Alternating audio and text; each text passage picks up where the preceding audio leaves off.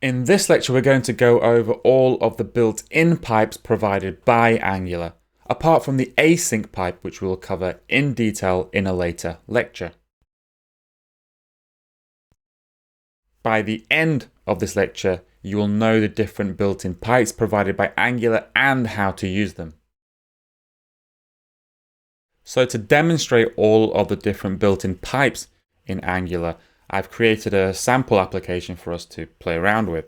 So we have one basic app component at the bottom here. And this uses another component called pipe built-ins. And this is our pipe built-ins component above it. We just have a simple property of date val, which is just the current time. And I have a simple JSON val here as well, which is just a simple object. And we're just bootstrapping it and loading it on the page. Expanding out the template, we're using the card block, the Twitter Bootstrap card block style. And for each one, I've just created a stub block, one for each of the different pipes that I'll be demonstrating. So we've got the currency, date, decimal, JSON, etc., etc. And I'm just going to go through these one at a time, and I'm just going to flesh them out with examples of how to use each of the pipes. We'll start off with the currency pipe. This pipe is used for formatting currencies. Its first argument is an abbreviation of the currency. For example, for euro, it would be EUR. For US dollar, it would be USD, and so on. So if I have a number that I then want to format into GBP for Great British Pounds, I would then just enter the number. So we're going to use the mustache syntax. I'm going to use the number 1234.56. I pipe that with the pipe character, the vertical line character. The name of the currency pipe is just currency, so I pipe it into currency. And I pass the first parameter, and the first parameter to currency I'm going to pass is GBP for Great British Pounds as a string. Now we use the colon to signal that we're passing a parameter, and whatever we add after the colon is the first parameter. So now if I rerun the application, there we can see in the currency pipe, it's prepending GBP to the 1234.56, but also because we're over 1,000, it's using a comma separator for the 1,000 point, which is what we typically do with currencies. Now, if instead of the abbreviation of GBP, we wanted the currency symbol to be printed out, we would pass as a second parameter the Boolean true. So GBP is the first parameter, and then if I pass true and then rerun, it now prints out the currency symbol instead of just GBP. And the same goes for whatever currency we're using. So if it was USD, it then prints out the dollar symbol. And the next pipe we're going to look at is the date pipe. And this pipe is used for the transformation of, well, dates. And the first argument is the format string. So let's start off with using the date val. So if you remember from our component, date val is actually just a new instance of date, which just really means the date and time right now at this instance. So I type date val, the pipe character, and the date pipe, which is just this word date. I'm going to pass to it a parameter, so I add a colon, and the parameter I'm passing to it is something called a date format. And the thing I'm passing to it is something called a format string. Now it has many different forms, the format string. One useful format is just the text short capital T time. And if we run that, we can see it's actually just printing out the current time, and right now it's 3:23 p.m. in the afternoon. As well as short time, we can have full date. And there it prints out the full date, Saturday, October 29th, 2016. Or we can pass it an actual broken down date format string. So I'm going to pass in day, month, and year. Or I wanted to print out day, month, and year. So it's D for day, /M for month, /capital M, small case y for year. Then run that. And now it's printing out in this date format, 29/10/2016. If you want to find out details about what you can provide for this format string, just go to the official Angular documentation for pipe, which you can just find by going to the angular.io, the docs, and just searching for dates. Click on date pipe. Then if you scroll down, you can see here's the full list of the textual short forms, and then you can even break it down to get the exact format that you want, just with these special format characters here. That's date pipe. Now let's look at the next one, decimal pipe. So as you might guess, this pipe is used for the transformation of decimal numbers. Let me first write out one to begin with. I'm going to use the value of pi to play around with. And then we pipe it to the number pipe. Now the number pipe again takes a format string. Now the format of the format string is the minimum integer digits dot the minimum fraction digits hyphen the maximum fraction digits.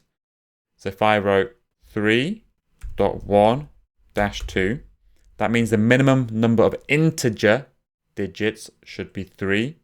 The minimum fraction digits, the parts after the dot, should be 1. And the maximum fraction digits should be 2. So let's see what it prints out for us right now. So you can see it has printed out 3 integer digits. So it's had to prepend them with 0 because we didn't have 3 integer digits in our decimal number. And then it's maxed it out at 1, 4 because we've said the maximum number of fraction digits should be 2. Like we could try out with different numbers. So perhaps we want to do 1 and then 4, 4. And then you can see it's printing out 1 integer digit because it's just 3. And then it's printing out 4 decimal digits. Sorry, 4 fractional digits. That's decimal pipe. Now let's have a look at JSON pipe. So the JSON pipe transforms a JavaScript object into a JSON string. Now we have a JSON string on our component called JSON val. So if we were to just try and print out JSON val, let's see what it does.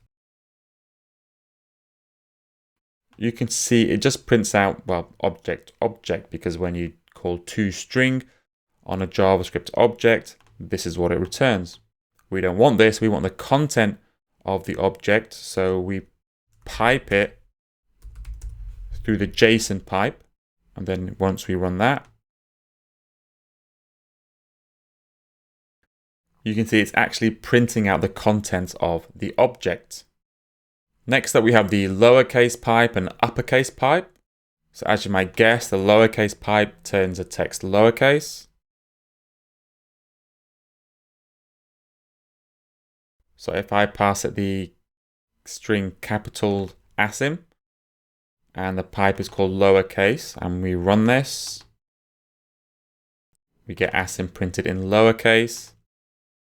And if we do the same for the uppercase pipe, it's called uppercase, and I pass in lowercase ASIM,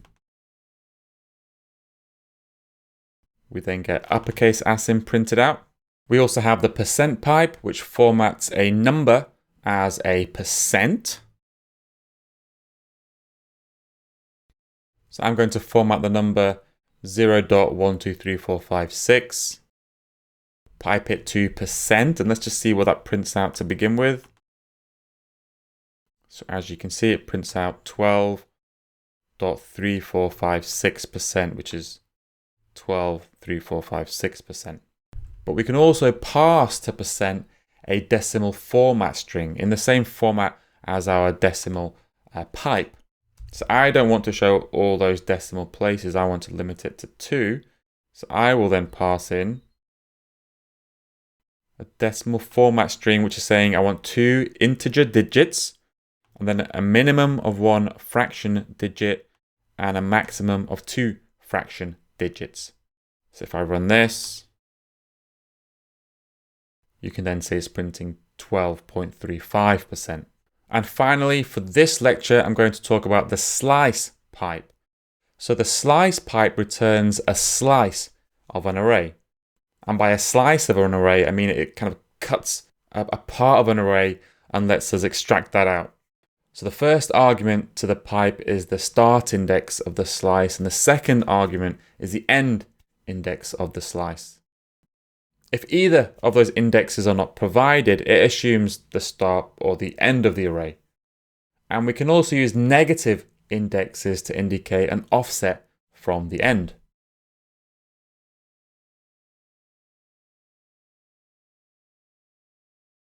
So I create an array with 6 values, 1, 2, 3, 4, 5, 6. I pipe that to the slice pipe, and to begin with, the first argument I want to say is the starting index. I'm going to say 1, and the second argument is the end index. I'm going to say 3. So let's see what this prints out. So it prints out 2 and 3 because it started at 1. Arrays are 0 indexed. So this is 0, then 1, but it includes 1, it includes 2, and it ends at 3, so it doesn't include the third one. So slice 1 to 3, it includes the first one, but doesn't include the third one. So it includes the first and second index. If we just skip out the last one, and if we just say slice 2,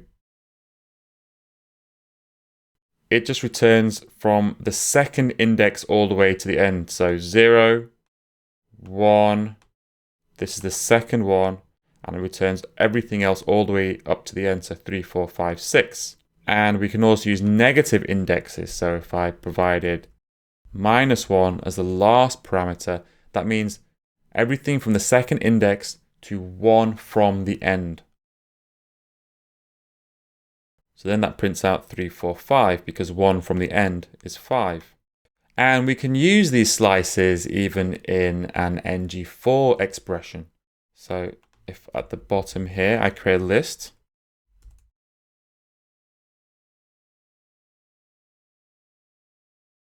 So if I create an ngFor loop on an li element, I'm looping over the array 1, 2, 3, 4, 5, 6, but the array after it's been piped through this slice pipe, then it's just going to print out that item in the li tag. So if I run this, you can see it's just printing out a list of 3, 4, and 5, which is the same as the output of this array after it's been piped through this slice pipe. There's another built-in pipe in Angular, and it's the async pipe. So this pipe accepts an observable or a promise and lets us render the output of that observable or promise without having to call either the then or the subscribe functions. We are going to take a much deeper look at this pipe at the end of this section. So in summary, pipes enable you to easily transform data for display purposes in templates. Angular comes with a very useful set of pre-built pipes to handle the most common transformations. And one of the more complex pipes to understand in Angular is the async pipe, and that's what we'll cover next.